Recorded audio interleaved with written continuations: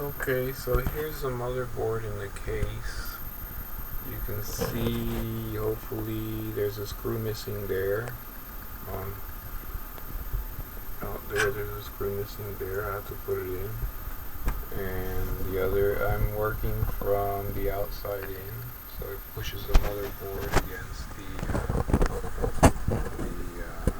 over this side where the connectors and stuff are on the outside of the case.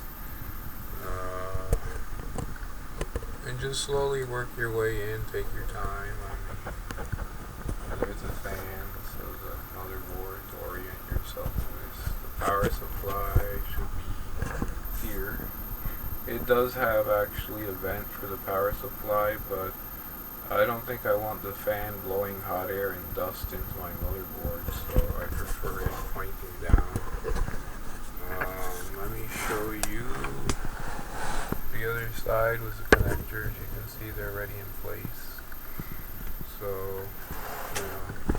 just make sure everything lines up real good before you tighten everything down. Don't over tighten the screws, and don't break the motherboard.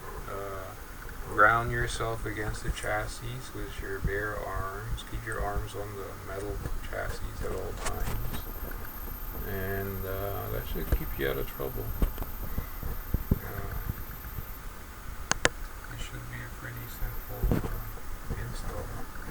I'll do the CPU next. I'd rather do it inside the case where it's grounded rather than get a static discharge and everything. Just me. So, hope this helps.